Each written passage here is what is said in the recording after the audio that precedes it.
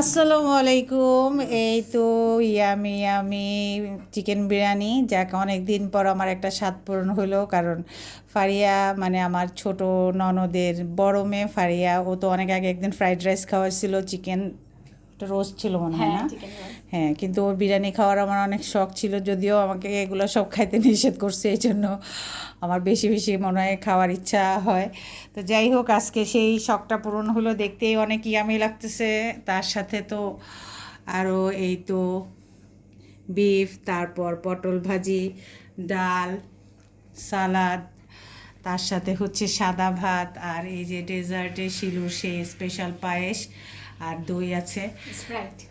ও Sprite সেটা আছে। আর আম্মা আজকে সকাল থেকেই শিলুর বাসায়, তো সে আজকে বেড়াচ্ছে শিলুর এখানে। আমি সারাদিন আজকে ডাক্তারের কাছে বাইরে কাজে, সেই কাজে ব্যস্ত ছিলাম। তো এখন আসলাম মাত্র, তো খাবো দাবো মজা করে, তারপর যাওয়ার সময় আম্মাকে নিয়ে যাব।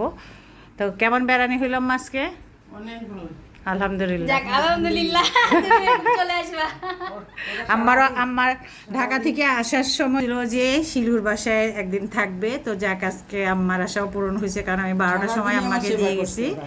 হ্যাঁ ওরা সারাদিনই আমার সেবা করছে। তাই?